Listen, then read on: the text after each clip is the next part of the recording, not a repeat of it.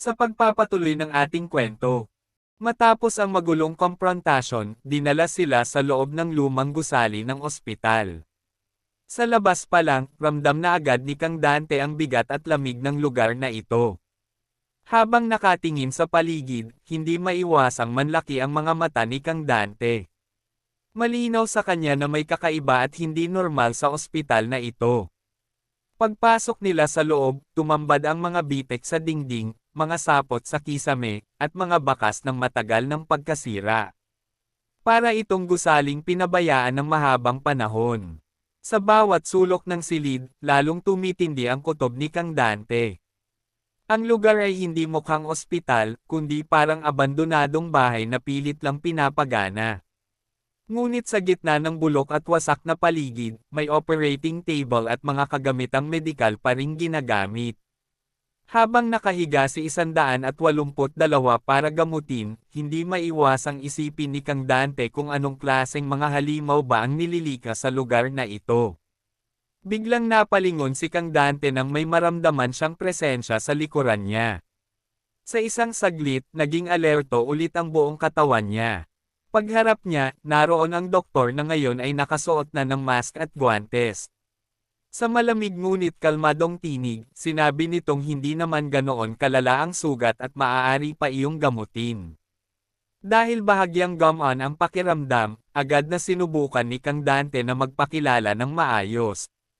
Ngunit bago pa niya mahawakan ang doktor, mabilis siyang pinigilan nito at sinabing huwag siyang dumampi dahil maaaring mahawa ang sugat. Sa katahimik na ibinigay ng doktor ang kanyang pangalan. Sa unang pagkakataon, nakilala ni Kang Dante ang lalaking kanina lang ay halos pumatay sa kanila, si Hayay Relan.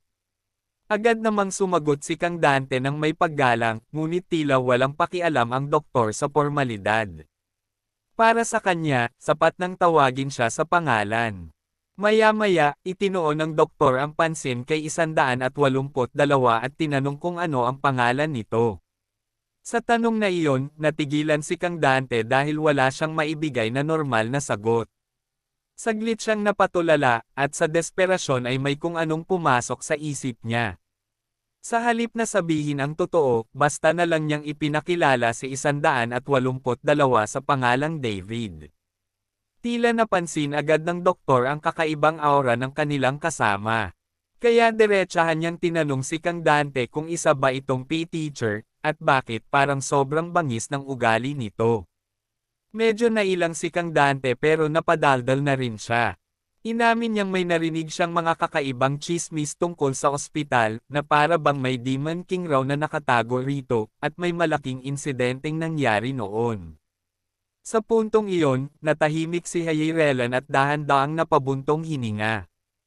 Alam niyang totoo ang kutob ni Kang Dante, may nangyaring hindi pangkaraniwan sa lugar na ito. At dahil sa nangyaring iyon, wala raw siyang nagawa kundi tanggihan ang kahilingan ni Kang Dante na kontakan ang administrative office. Hindi iyon simpleng bagay na pwedeng gawin anumang oras. Pagkatapos ay malamig niyang nilinaw ang dahilan. Ang kalagayan niya raw sa ospital na iyon ay hindi naiiba sa kalagayan nila. Sa huling sandali, tuluyan niyang inihayag ang nakakabiglang katotohanan. Kahit siya, ang mismong doktor ng ospital, ay isa ring bihag na nakakulong sa lugar na iyon. Hindi agad makapaniwala si Kang Dante sa narinig niya. Kung bihag din si Hayay Relan, bakit tila malaya itong nakakakilos at bakit parang may koneksyon pa rin ito sa administrative office? Tahimik na inayos ng doktor ang mga gamit sa mesa bago siya sumagot. Oo, konektado siya sa administrative office, pero ayon sa kanya, mali ang pagkakaintindi ni Kang Dante sa tunay niyang sitwasyon. Sa kadahan-daang nagsimula si Hayay Relan na ikwento ang nakaraan. 4 na taon na raw mula nang italaga siya sa lugar na iyon para sa isang misyon at paghasa sa kanyang kakayahan sa operasyon. Noong mga panahong iyon, marami raw ang ipinadala sa ospital na iyon. Kasama roon ang mga intern, mga doktor mula sa ibang departamento, at iba pang tauhang inassign sa parehong proyekto. Ngunit hindi nagtagal, isang trahedya ang sumire sa lahat. Ayon kay Relan, isa-isang namatay ang mga taong naroon dahil sa isang baliw na bigla na lamang nawala ng kontrol. Sa puntong iyon, nanigas si Kang Dante sa sobrang bigat ng revelasyon. At saka ibinagsak ni Relan ang pinakamasakit na katotohanan, sa lahat ng naroon noon, siya lang ang natirang buhay. Kung ganoon ang nangyari, bakit walang dumating para iligtas ang mga naiwan sa loob ng ospital? Lumingon si Relan at malamig na binalik ang tanong. Kung totoong may nagligtas sa kanya, sa tingin ba nila ay aabutin siya ng 4 na taon na nakakulong sa impyernong lugar na iyon? Pilit na hinanap ni Kang Dante ang paliwanag na alam niya. Naalala niyang may usap-usapan noon na naging sobrang kapal daw ng fog, kaya nahirapan ang mga tao sa labas na magsagawa ng rescue operation. Ngunit nang marinig iyon, tila lalo pang lumamig ang hangin sa silid. Parang may mali sa paliwanag na iyon, at alam ni Relan na hindi pa nakikita ni Kang Dante ang buong katotohanan. Sa nanginginig ngunit palaisip na mukha ni Kang Dante, unti-unting nabuo ang pagdududa. Kung gayon, sino nga ba talaga ang mga taong konektado sa tinatawag nilang administrative office? Dito tahasang tinanong ni Relan ang bagay na matagal nang binabaliwala ng lahat. Ang mga taong nakamask at malayang naglalakad sa paligid, sino nga ba talaga ang mga iyon? Noon lang tuluyang naunawaan ni Kang Dante ang kabalintunaan ng lahat. Hindi pala ito simpleng kaso ng pagkabigo sa rescue o pagkawala ng komunikasyon. Ang mas malupit na katotohanan ay hindi sila basta naiwang hindi mahanap. Sadyang pinabayaan at iniwan sila roon na para bang wala na silang halaga. Sa gitna ng usapan, bumalik ang tingin sa tahimik na operating room.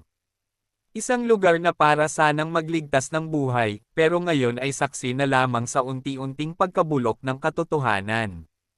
Habang nakaupo sa labas ng operating room, malinaw na inalala ni Kang Dante ang nangyari noon. Sa isip niya, doon nagsimulang magdikit-dikit ang lahat ng kakaibang detalye. Mula pa raw sa bungad ng pasilidad, makapal na ang fog na bumabalot sa buong paligid. Para bang sinadya nitong itago ang lahat ng nangyayari sa loob mula sa mga mata ng mundo. At higit sa lahat, wala silang anumang proteksyon noon. Isa-isang nalanghap ng mga tao sa loob ang fog na iyon, nang hindi man lang nauunawaan ang tunay na panganib na dulot nito. Habang inuungkat ang alaala, may isang mahalagang detalye ang biglang sumagi sa isip ni Kang Dante. Wala raw siyang nakitang lumang klase ng maskara sa mga taong naroon noon. Doon tuluyang lumitaw ang pinakamalaking tanong sa lahat. Kung simpleng ordinaryong mask lang ang gamit noon ng mga sundalo, sino ang mga taong nakaibang maskara na gumagala ngayon sa loob ng Fogland, at bakit sila nagpapanggap na mula sa administrative office? Sa malamig na tinig, nilinaw ni Relan na kahit ang administrative office na kilala nila ay hindi rin ganap na malaya. Ayon sa kanya, ipinadala rin lamang siya roon dahil sa utos ng mas mataas pang puwersa. At gaya ng iba, nauwi rin sa trahedya ang lahat. Sa dugo at kaguluhan, isa-isang bumagsak ang mga taong sangkot hanggang sa wala nang natirang buhay. Dahil sa revelasyong iyon, tuluyang nanlamig si Kang Dante. Para bang may mas malaking lihim na unti-unting bumubuka sa harap niya. Habang mag-isa sa kanyang isip, isang nakakakilabot na posibilidad ang biglang nabuo. Paano kung kahit ang mga taong akala nila'y may kontrol ay nalinlang din pala mula pa sa simula? At mula roon, isa pang tanong ang sumaksak sa isip niya. Kung ganoon, bakit siya pa ang dinala sa lugar na iyon? Unti-unting bumalik sa alaala ni Kang Dante ang dahilan ng kanyang pagpunta roon. Sinabi noon na may kulang na guro, at kailangan nila ng isang taong kayang mag-adjust, magsimula muli, at manatiling kapaki-pakinabang sa kahit anong sitwasyon. Kasunod yun, sumagi sa isip niya ang pagkakakilanlan ng lalaking unang lumapit sa kanya, isang kinatawan mula sa international agency na may opisyal na kapangyarihang mag-recruit para sa proyekto. Naalala niya ang unang pagkikita nila. Bilang leader ng special team, personal siyang hinarap ng matandang opisyal at malinaw na ipinakitang siya mismo ang sadya ng kanilang pagbisita. Noon, hindi pa alam ni Kang Dante kung gaano kabigat ang kahulugan ng pagdating ng mga taong iyon. Kaya kahit nagtataka, mahinahon niyang tinanggap ang biglaang pagbisita. Ngunit habang tumatagal ang usapan, ramdam niyang hindi iyon ordinaryong alok lamang. Maging ang simpleng pamumuhay niya ay tila sinusukat at hinuhusgahan ng taong kaharap niya. Isa-isa ring binanggit ng matandang opisyal ang pangalan ng kanyang mga magulang at ang reputasyon ng kanilang pamilya. Para bang gusto nitong paalalahanan si Kang Dante na galing siya sa isang angkan na matagal nang may bigat sa larangan ng medisina at kayamanan. Ngunit agad ding nilinaw ng opisyal na hindi ang kanyang mga magulang ang tunay na dahilan ng pagdating nila. Hindi ang angkan niya, kundi siya mismo ang target ng kanilang interes. Sa puntong iyon, diretsahang sinabi ng matanda ang pakay nila. Si Kang Dante mismo ang taong matagal na nilang hinahanap. Hindi dahil anak siya ng mga kilalang doktor, kundi dahil siya ang lalaking tumalikod sa landas ng pamilya at piniling maging guro para magturo sa mga bata. Iyon mismo ang katangiang tumatak sa mata ng mga taong nagmamasid sa kanya. Saglit na napatigil si Kang Dante nang marinig iyon. Sa unang pagkakataon, naramdaman niyang masyado na siyang kilala ng mga taong hindi naman niya kilala. Ngunit sa halip na huminto, lalo pa siyang pinuri ng matandang opisyal. Para rito, kahanga-hanga raw na kahit bukas sa kanya ang mas marangyang kinabukasan, pinili pa rin niyang sundin ang sarili niyang prinsipyo. Kasunod ng papuring iyon, dumating ang mas nakapangangilabot na bahagi. Binanggit ng matanda na kahit taglay ni Kang Dante ang pambihirang dugo at kakayahan, mas pinili pa rin niyang lumihis sa inaasahan ng lahat.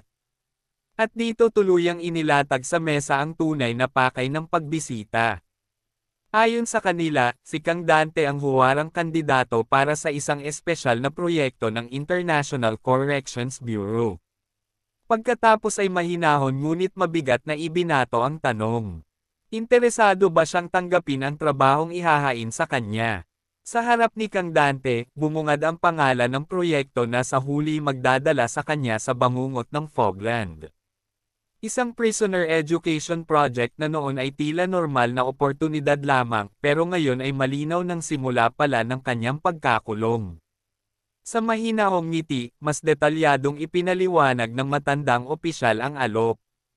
Ayon sa kanya, ang IPACS ay isang pandaigdigang alyansa ng sistemang piitan, at nais nilang si Kang Dante ang mamahala sa isang pangmatagalang proyektong pang-edukasyon doon. Nang marinig ang salitang penitentiary, agad na naunawaan ni Kang Dante ang totoong ibig sabihin nito. Hindi ito simpleng institusyon, kundi isang kulungan, at iyon mismo ang kinumpirma ng lalaking kaharap niya. Ngunit lalo pang pinabigat ng opisyal ang tono ng usapan. Sa isang lugar daw na halos hindi na nabubuhay ang pag-asa at pangarap, kailangan nila ng isang gurong kayang magsindi muli ng liwanag sa loob ng kadiliman. Sa kabila ng matatamis na salita, hindi pa rin lubos makumbinsi si Kang Dante. Sa isip niya, bakit ba parang pilit siyang itinataas ng mga ito, gayong ang trabahong iniaalok ay malayong malayo sa kanyang dating buhay at pinanggalingan. Ngunit doon lalo pang naliwanagan ang matanda. Para sa kanya, iyon mismong pag-aatubili ni Kang Dante ang patunay na siya ang tamang tao, dahil ang tunay na mahalaga ay hindi kay abangan, kundi prinsipyo. At saka siya tuluyang pinuri ng opisyal. Para sa kanya, si Kang Dante ay isang pambihirang tao, isang gurong kayang gumising ng pag-asa kahit sa lugar na halos patay na ang lahat ng pangarap. Kahit pa ang lugar na iyon ay paraiso o mismong buhay na impyerno sa lupa, naniniwala silang may kakayahan si Kang Dante na baguhin ang mga taong naroon. Iyon ang dahilan kung bakit siya nila pinili. Ngunit bumalik sa kasalukuyan ang lahat. Habang hawak ang talam, malamig na tinawag ni Hirelan si David at ipinaalala na nakita na nito ang tunay na kalagayan ng ospital. Walang paligoy-ligoy, sinabi ng doktor ang masamang balita.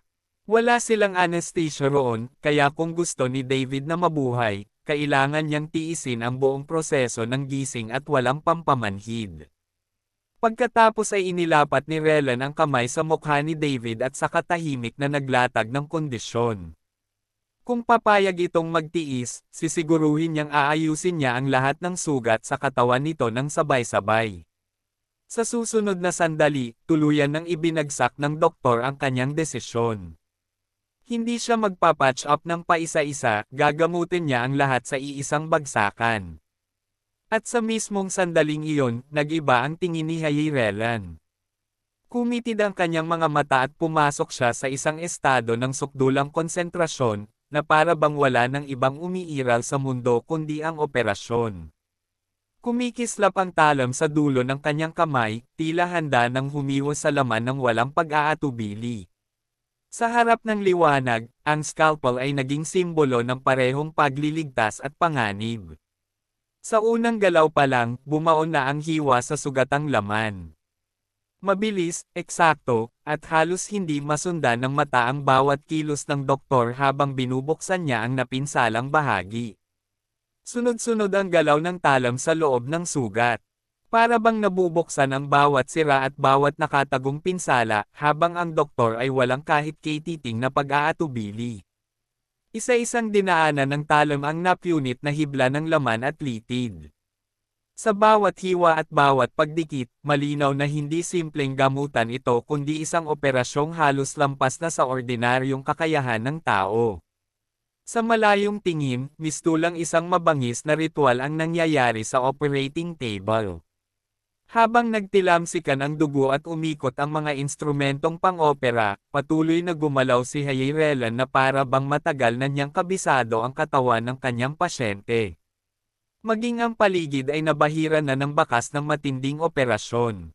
Sa bawat satset ng galaw at bawat bagsak ng dugo, mas lalong nakikita kung gaano kalupit ngunit pepino ang paraan ng doktor sa paggagamot. Mula sa napunit na laman hanggang sa pinakagitna ng sugat, tila isa-isa niyang hinahabol ang bawat nasirang bahagi. Walang nasasayang na galaw, walang nanginginig na kamay, tanging perpektong kontrol lamang. At nang sumunod na instrumento ang kanyang iikot, malinaw na hindi pa tapos ang lahat. Sa ilalim ng malamig na liwanag ng operating room, ipinagpapatuloy ni Hyerelan ang operasyong parang isang halimaw na marunong ring magligtas ng buhay. Isa-isang inayos ni Hyerelan ang mga nasirang bahagi ng katawan ni David. Mula sa mga kalamnan sa leeg, tiyan, hanggang hita, maingat ngunit walang awang pinagdugtong niya ang bawat napunit na hibla. Matapos ang sunod-sunod na hiwa at tahimik na inangat ng doktor. Ang kamay niya at malamig na inihayag na naibalik na niya ang lahat ng dapat magkakabit. Sa puntong iyon, halos hindi na makapaniwala si David na buhay pa siya. Lumapit si Relan at hinawakan ang mukha ng pasyente niyang halos hindi na makakurap. Tila humanga pa siya ng bahagya, dahil sa kabila ng tindi ng sakit ay hindi pa rin nawawala ng malay si David at ni hindi man lang ito sumigaw ng maayos. Ngunit hindi pa tapos ang operasyon. Saka naalala ng doktor ang isa pang problema, ang brasong sinabi nilang bali at kailangang ayusin bago tuluyang matapos ang lahat. Maingat niyang sinuri ang kamay at agad napansin ang matinding pamamaga. Dahil sira na ang X-ray machine ng ospital, wala siyang ibang pagpipilian kundi tuklasin mismo ang loob ng sugat sa sarili niyang paraan. Walang emosyon siyang nagmungkahi ng isang mabagsik na solusyon, bubuksan na lang niya ang bahagi ng braso para direktang makita ang sira. Kasabay niyon, inutusan niyang ibuka ni David ang bibig nito, na para bang naghahanda sa isa na namang impyernong kirot. Dahan-daw ang ipinatong ng doktor ang talam sa balat ng braso at binalaan si David na ikuyom ang mga ngipin at tiisin ang susunod na mangyayari. Sa sandaling iyon, malinaw na wala ng atrasan. Sa unang paghiwa pa lang, halos pumutok ang mga mata ni David sa sakit. Pilit niyang pinigilan ang sarili, pero ang katawan niya mismo ang sumisigaw para sa sakit na hindi na niya kayang itago. Pagkabukas ng sugat, tumambad ang wasak na laman at buto sa loob ng kanyang braso. Ang simpleng bali na inaakala nila ay naging isang bangungot na mas grabe pa sa inaasahan. Habang nakayuko sa ibabaw ng sugat, tahasang sinabi ni Hyerelan ang kanyang nakita. Durog-durog ang buto, at halatang sinabayan pa iyon ng napakalakas na impact na lalong sumaire sa kabuuan ng braso. Dahil dito, sinimulan niyang siyasatin hindi lang ang buto kundi pati ang kondisyon ng malalambot na tissue. Isa-isa niyang hinaila palabas ang mga piraso ng nabasag na buto para malaman kung alin pa ang maaari niyang maisalba. Ngunit sa gitna ng maingat niyang galaw, bigla siyang natigilan. May kakaiba sa loob ng sugat, isang bagay na hindi tumutugma sa normal na pinsala ng isang ordinaryong tao. Habang mas lalo niyang tinitigan ang laman sa loob, napansin niyang tila may mga hibla o laman na kusang kumakapit sa mga piraso ng buto. Para bang may sariling kagustuhan ang mismong sugat na muling buuin ang sarili nito. Saglit na kumitid ang mga mata ni Relan at agad niyang tinanggihan ang unang hinala.